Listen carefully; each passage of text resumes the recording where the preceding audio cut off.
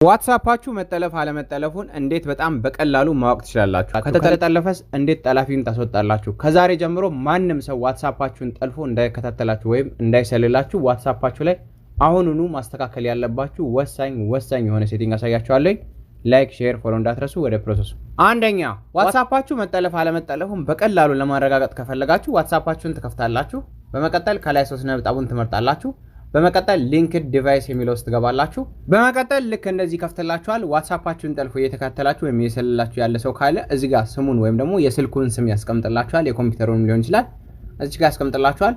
ባዶ ከሆነ ግን ምንም አይነት የስልክ ስም ወይም ደግሞ ሌላ አይነት ስም በዝርዝር እንደዚህ ካላስቀምጠላችሁ ዋትስአፓችሁ አልተጠለፈም ወይም ደግሞ ማንም ሰው እየተከታተላችሁ አይደለም ማለት ነው። ስለዚህ እዚህ ጋር ስም ካገኛችሁ የስልክ ወይም ደግሞ የሌላ ነገር ስም ካገኛችሁ አንዴ እየነካችሁ ዲሊት ታደርጉታላችሁ ማለት ነው። እንደዚህ ያደርጋችሁ ራሳችሁን ጠብቁ።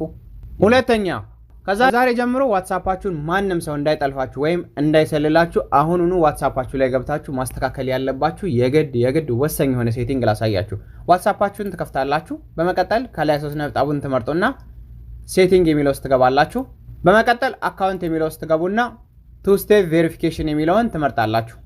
በመቀጠል መጨረሻ ላይ ተርን ኦን የሚለውን ነክታችሁ 6 ዲጂት ቁጥር ወይም ደግሞ 6 ቁጥሮችን እንደ ፓስወርድ ታስገቡለታላችሁ። ሁለቴ ነው የሚጠይቃችሁ። ሁለቴም ተመሳሳይ የሆነ ቁጥር ታስገቡለታላችሁ።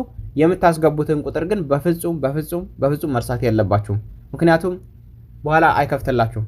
ስለዚህ ተርን ኦን የሚለውን እነካና ፓስወርዳችንን እናስገባለን። ፓስወርዳችሁን ካስገባችሁለት በኋላ ሴቭ በሉት ይላችኋል። ሴቭ ካላችሁት በኋላ እንደዚህ ያመጣላችኋል። ሪከቨሪ ኢሜል እንድታስገቡለት ይፈልጋል። ሪከቨሪ ኢሜል ብታስገቡለት ጥቅሙ ለእናንተ ነው። ፓስወርዳችሁን ብትረሱ ወይም ደግሞ የተለያዩ ነገሮች ቢፈጠሩ ኢሜሉ በጣም ይጠቅማችኋል። ስለዚህ አድ ኢሜል ብላችሁ ሪከቨሪ ኢሜል አስገቡለት፣ በጣም ትጠቀሙበታላችሁ። ለአሁኑ ግን ለእናንተ ለማሳየት ስኪፕ ልበለው። በመቀጠል ስኪፕ ኢሜል የሚለውን ስትነኩት ያው ዋርኒንግ ነው የሚሰጣችሁ፣ የግድ ማስገባት እንዳለባችሁ እየነገራችሁ ነው ስለሚጠቅማችሁ ማለት ነው። ልክ በዚህ መልኩ ሁሉንም ነገር አስተካክለን ጨርሰናል። ማንም ሰው ከዛሬ ጀምሮ የእናንተን ዋትስአፕ ስልክ ቁጥር ተጠቅሞ ሊጠልፋችሁ ወይም ሊከታተላችሁ አይችልም ማለት ነው። ምክንያቱም ቱ ስቴፕ ቬሪፊኬሽንን ኦን ስላደረግን።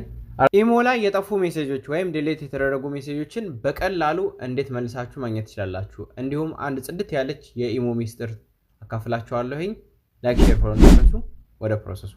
አንደኛ ኢሞአችሁን ትከፍታላችሁ። ኢሞ ላይ እንደዚህ አይነት ግሩፖች ወይም ማስታወቂያዎች እየመጡ ካስቸገሯችሁ እንዴት እንደምታስቆማችሁ ላሳያችሁ። ፕሮፋይል ፒክቸራችሁን ትነካላችሁ ከላይ። በመቀጠልም ሴቲንግ፣ በመቀጠልም ፈንክሽን የምትለው ውስጥ ትገባላችሁ። በመቀጠልም ቮይስ ክለብ የምትለው እቺኛዋን ኦፍ እናደርጋለን። ኮንፊርም እንለዋለን ማለት ነው።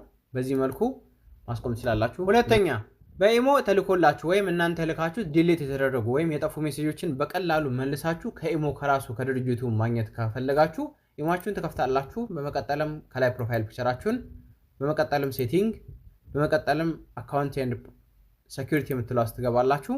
በመቀጠልም ሪኩዌስት አካውንት ኢንፎ የምትለዋን ሲኛውን እነካለን። ከዛ ሪኩዌስት እንለዋለን ማለት ነው፣ እናመለክታለን ማለት ነው። ለኢሞ እንዲልክልን ማለት ነው።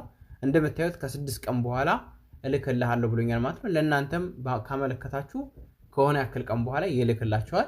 ከዛ የፈለጋችሁትን የተላላካችሁትን ሜሴጆች በቀላሉ ማግኘት ትችላላችሁ። ዲሊት የተደረጉም ያልተደረጉም ይልክላችኋል። በቀላሉ መልሳችሁ ማግኘት